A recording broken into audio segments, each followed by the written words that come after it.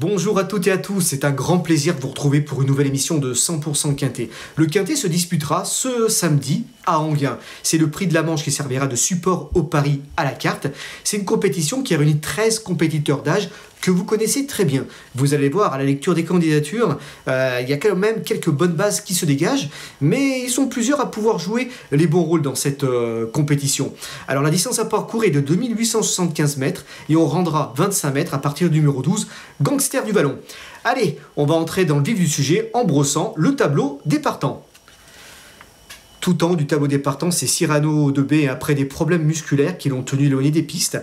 Il est à la recherche de sa meilleure forme. Cette fois, il va être pieds nus, il a dû monter en condition. Alors pourquoi pas pour une cote, pour une petite place en fin de combinaison. Le numéro 2, E-Enemy. Alors sa récente deuxième place derrière It's a Dollar Maker m'a vraiment bien plu. Et même s'il restera ferré ce coup-ci, il sera ferré très léger, je m'en méfie particulièrement et même je l'ai retenu assez haut dans mon pronostic. Le numéro 3, Espace Winner. Alors c'est vrai qu'il reste sur 4 victoires consécutives, mais dans l'autre spécialité, le trop monté, sa spécialité de prédilection. Et aussi, il n'a pas été revu depuis août 2022. Voilà, tous ces éléments font que l'impasse est bien sûr recommandée. Le numéro 4, Hidalgo Dénoué. C'est un chic cheval, il ne faut pas le juger sur sa récente disqualification. Pour moi, il est compétitif pour les belles places. Le numéro 5, Étoile de Kenny. Elle vient de terminer 3e de Geisha Speed dans le Quintet du 16 juin à Vincennes. C'est une belle performance. Geisha Speed, une concurrente qu'elle retrouve. Elle a besoin quand même du bon parcours. Elle est barrée par meilleur dans cette compétition-là. Mais si elle voyage bien, pourquoi pas, une place. Elle peut intéresser les amateurs de champ réduit. Le numéro 6, c'est Eureka Avril. Alors, Seattle de Kenny vient de se classer 2e de Geisha Speed dans le Quintet du 16 juin. Lui a pris la 2e place. Et il a longtemps fait illusion, même pour le succès. Il a réalisé vraiment une très très belle performance. Juste sur cette tentative, moi je m'en méfie particulièrement. Le numéro 7, Astronaute. Alors on ne le présente plus, c'est le vainqueur du Critérium des 4 ans, il y a bientôt 2 ans de cela. Malheureusement, c'est vrai qu'il m'a laissé un peu sur ma faim depuis ce sacre. Dernièrement, à Enghien, je croyais, il m'a un petit peu déçu tout de même. Je croyais finir un peu plus près, terminer 4e, c'était pas mauvais, mais je pensais le pouvoir un peu plus tranchant. Il terminait 4e de Bill Jepson et Gamin Java qu'il retrouve. Auparavant, il avait signé 2 succès en province, c'est vrai que le cheval revient en forme. Alors pourquoi pas, il pourrait montrer son vrai visage. S'il montre son vrai visage, bien sûr, et il fait partie des premières chances logiques de cette épreuve. Le numéro 8, c'est Gamin Jabba. Alors il vient d'être battu avec les honneurs par Bill Jepson, comme je le disais il y a quelques instants.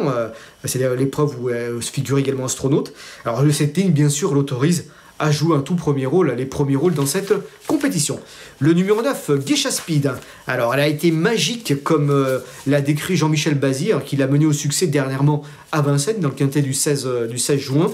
Et c'est vrai qu'elle avait réalisé une superbe fin de course après avoir perdu du terrain au départ pour créer la décision. Et cette performance-là lui confère bien sûr une toute première chance. C'est une candidate au succès, évidemment. Le numéro 10, Gigolo Lover. Alors, comme l'indiquait Jean-Michel Bazir dans nos colonnes, il ne faut pas trop lui tenir rigueur de ses récentes disqualifications. Voilà, et c'est vrai que dernièrement, il a laissé quelques petits regrets parce qu'il a plutôt bien suivi en retrait.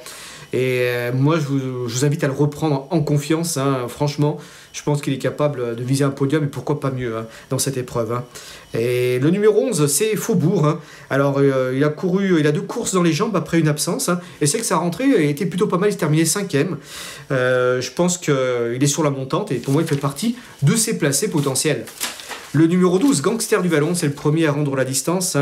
Et il va effectuer une toute petite rentrée. Et il ne va pas être spécialement affûté, comme a déclaré dans nos colonnes son mentor, Damien Lecros. Et ce sera Damien Lecros, justement, qui sera aux commandes de l'épreuve. Et il va être ferré dans ces conditions-là. Moi, je ne l'ai pas retenu. Il faudra le suivre pour l'avenir. Même si c'est vrai qu'en valeur pure, ils vont à l'autre de ce genre-là. Le numéro 13, avec Coach Chalancy, c'est le plus riche du lot, le dernier concurrent. Alors voilà, il rend la distance, mais c'est quand même un chic cheval. Avec le bon déroulement, il peut venir compléter la combinaison gagnante du Quintet. Il ne faut pas en faire, bien sûr, une impossibilité. Allez, il est temps de passer maintenant au papier.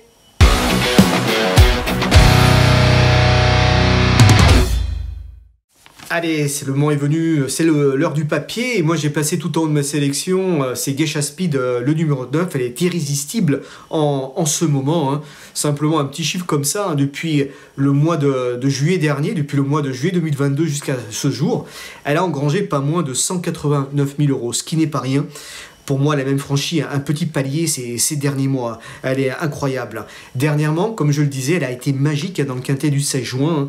D'ailleurs, on a une course référence à vous proposer. Elle est partie, hélas, sur un temps de galop. Elle s'est retrouvée à l'arrière-garde. Elle a pu se rapprocher néanmoins dans le wagon de 3. Et lorsque Jean-Michel Bazir a décalé, franchement, elle a tracé une superbe ligne droite pour créer la décision sûrement dans les derniers mètres. Elle battait ce jour-là Eureka Avry qui prenait la deuxième place et qui a longtemps fait illusion pour le succès. C'est vrai qu'il ne déméritait pas parce qu'il a été contraint quand même dans les 600 derniers mètres de voyager le nez au vent et il a bien prolongé son effort jusqu'au bout. Dans la même course, il y a Étoile de Quigny qui avait pisté dans sa progression Eureka Avry qui prenait la 3e place. Vraiment une superbe fin de course. Et il y avait également Cyrano de B qui était non placé ce jour-là. Alors c'est vrai que la performance est plutôt intéressante parce que franchement elle livre vraiment une sacrée performance cette Geisha Speed et voilà, ce succès l'autorise, le style de ce succès l'autorise encore une fois de viser la gagne, hein. C'est peut-être la meilleure base peut-être de cette compétition, hein. Donc c'est vrai qu'elle est irrésistible en ce moment comme je vous le disais, elle montre aussi de même on l'a pu se distinguer également au trot monté. Elle revient également sur une piste qui lui plaît particulièrement et notamment sur ce parcours-là. Sur ce parcours, sachez qu'en 6 sorties, elle compte 2 victoires, un premier accessite et 2 places. Donc ce qui fait un 83,3% de réussite à l'arrivée, ce qui n'est pas rien. Et on pourrait même rajouter son habitude de parcours, une victoire remontée il n'y a pas si longtemps que ça. Donc ça montre qu'elle le fait bien ce parcours.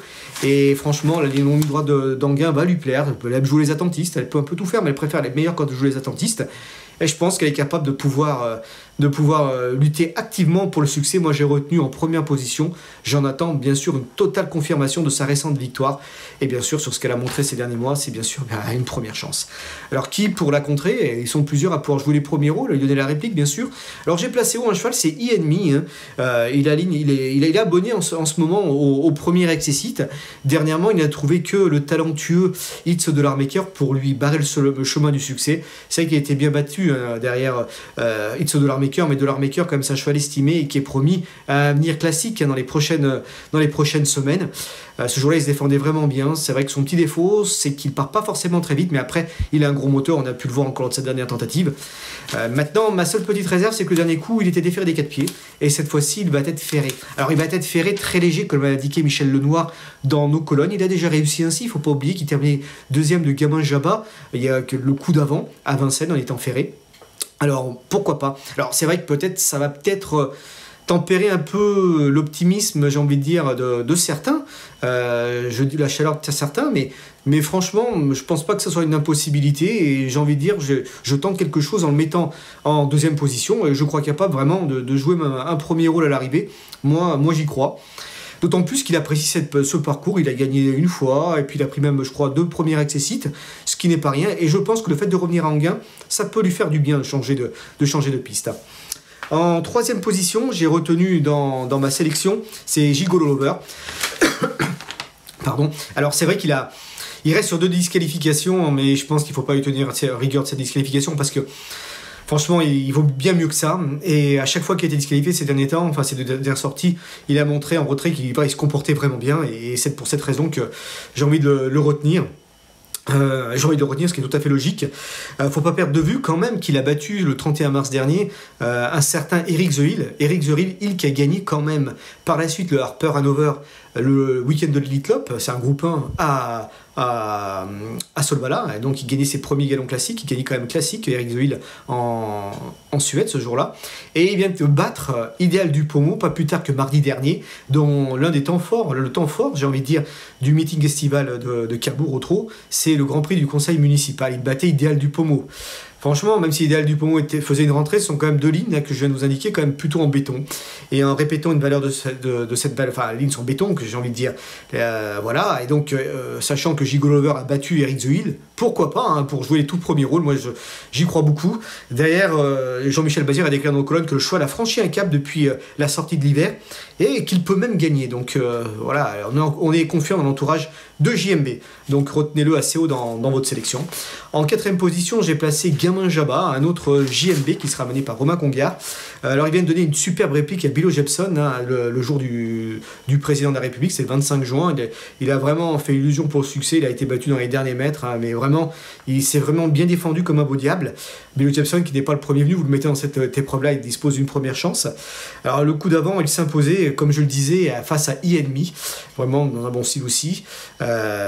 Donc JMB le voit disputer activement l'arrivée, comme je le cite, hein, c'est ce qu'il a déclaré dans les colonnes de Paris Turf. Et le profil d'Anguin va lui plaire également. Donc autant d'atouts qui méritent de le retenir en très très bon rang. En 5e position, j'ai placé le numéro 4, Hidalgo Denoué. Je ne vais pas le retenir rigueur de sa récente disqualification dans l'étape du GNT à Langon. Le coup d'avant, quand même, il se comportait admirablement bien. C'était dans l'étape de Lavalloise. Ce jour-là, il a quand même marché une douce sur les 2850 mètres de Laval. C'est un chrono canon. C'est vrai qu'il était déféré des 4 pieds. Il terminé 3e d'Horace Dugoutier. C'est le chrono est canon. Cette fois-ci, il sera uniquement déféré des antérieurs, mais si on veut dire, c'est un peu sa configuration habituelle, parce qu'il est rarement déféré des 4 pieds. Et je crois qu'il est vraiment capable de se réhabiliter. C'est un cheval qui part vite. On peut le placer assez rapidement. S'il y a du rythme, il est capable de finir fort. Alors, je ne le vois peut-être pas gagner, hein, même si c'est vrai que son entraîneur, voilà, il me dit qu'il peut, pourquoi pas, lutter pour la victoire. Mais je le vois plus comme un placé potentiel, pourquoi pas un podium au mieux. Mais je vous invite vraiment à le racheter parce que c'est franchement un cheval qui est capable de pouvoir jouer un bon rôle à l'arrivée. Et bien écoutez, on va récapituler ma sélection, voilà mes 5 préférés dans la rubrique Notre choix.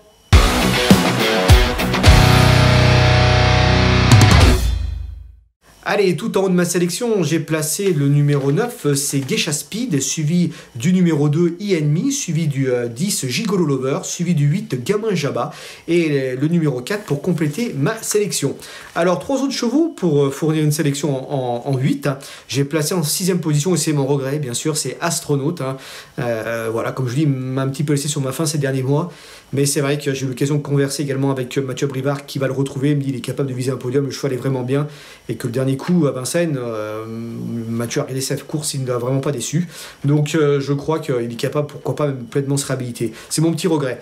J'ai placé en 7e position Rick Avery. Lui aussi fait partie un peu de mes regrets parce que j'ai vraiment adoré sa performance derrière Geisha Speed. Et voilà, répétant une performance de cet acabit, il doit être dans les 5 normalement. Moi j'y crois. Et j'ai placé en 8e position le numéro 13, c'est Coach Chalancy. C'est vrai qu'il rend la distance, mais quand même on a dû faire des belles choses dans le GNT l'année dernière. Il a brillé de mille feux. Et cette fois, voilà, il rend la distance, mais s'il y a du rythme et qu'il peut prendre un dos et qu'il peut se faire ramener, la ligne droite est longue et il est capable de finir et de venir prendre une place, ça j'en suis convaincu. Voilà, et puis bah, écoutez, je vais vous donner également mon petit cheval du jour, et ce sera dans une épreuve internationale, c'est le 801, c'est Elton Weiss, un concurrent d'origine italienne, faut pas oublier qu'il gagnait le prix Paul Vielle, c'était un groupe 2 l'hiver dernier à Vincennes, et il battait Canada, Compostelle qui retrouve, il y avait également un cheval comme Cocktail du Dain, il va être mis dans la même configuration, plaqué des antérieurs. Voilà, c'est un bon finisseur, s'il y a un peu de rythme et qui peut patienter dans les premiers, je crois vraiment capable de pouvoir jouer un bon rôle à l'arrivée et se réhabiliter, parce que c'est vrai que ses dernières performances transalpines ne sont pas forcément très enthousiasmantes, mais je m'en méfie pour son retour en France.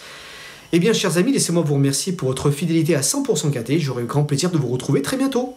Merci à vous. Merci à vous d'avoir suivi cette vidéo. Alors pour vous abonner à notre chaîne YouTube, c'est ici. Et pour suivre encore plus de vidéos Paris Turf, c'est de ce côté.